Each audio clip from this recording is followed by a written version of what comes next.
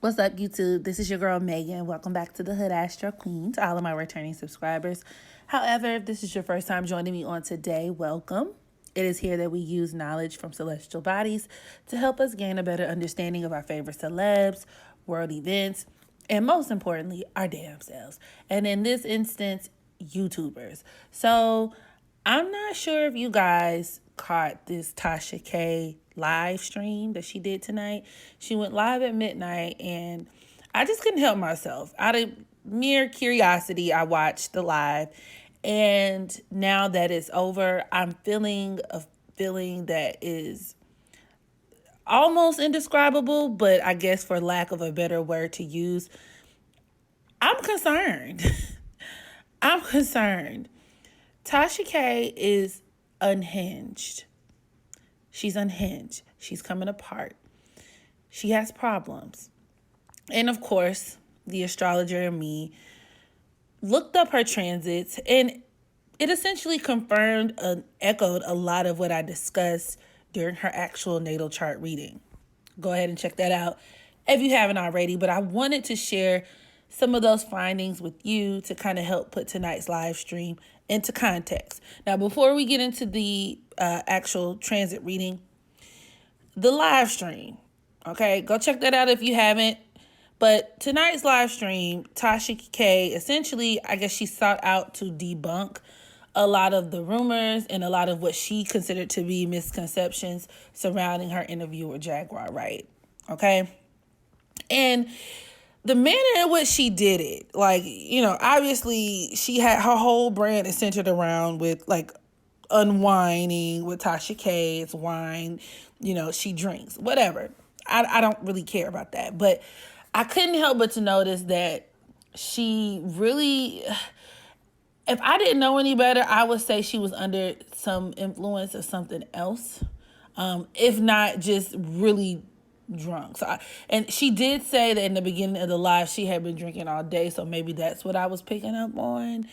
But I mean, it was very cringy. So she's always loud, but she was louder than usual. And she was attempting to string together points that weren't really connecting, and that's just my opinion. So y'all can go take a look at the video yourself.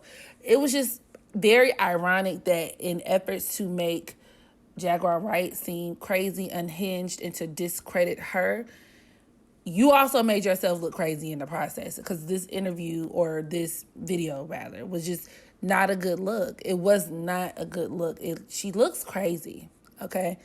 So let's just go ahead and clock her transits real quick, because I saw some very noteworthy things to unpack.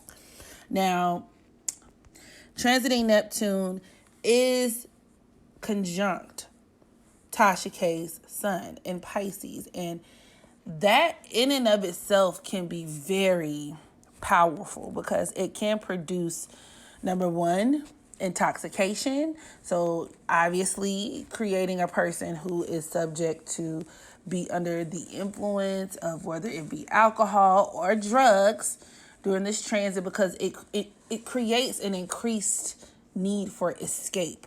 And Tasha, being a Pisces already, she's already a dark-sided Pisces with her sun in opposition to that Virgo moon. She has a lot of issues with addiction, you guys. And I think it's safe to say, I feel like based off of the transits and her just natural natal alignments, I think TashaK is a full-blown alcoholic. Okay? I think that. If not addicted to other things. And this is all allegedly, just based on the different ways in which these aspects can play out. Okay?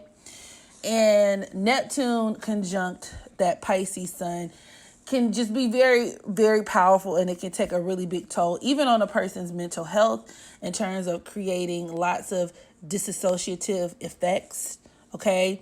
And she has also mentioned or admitted herself to having a very compromised state of mental health. And that's also reinforced with that opposition between her Pisces sun and Virgo moon, which is why even in the last video that I did on her natal chart, I was just pointing out the fact that it's so interesting that, once again, she focuses on Jaguar Wright being not well, but for all intents and purposes, y'all, TashaK mentally is not there. Like that is actually a very challenging aspect in terms of mental health. And then this transit is not like, it's not good, because that transiting Neptune and Pisces is also forming a direct opposition to her moon. So, you know, I mean, literally, she could, for all we know, she could have been having like a psychotic break or something like that. Or once again, the alcohol or something else could have got the best of her. Transit and moon, which was at the 27th degree of Pisces, was also conjunct her sun. So you see how this works? Lots of compounding Piscean energy. And all of this just creates a huge disconnection from reality, which is really bad when you're already a Pisces, a dark-sided Pisces at that. These are people who can be off in a completely different dimension, la la land.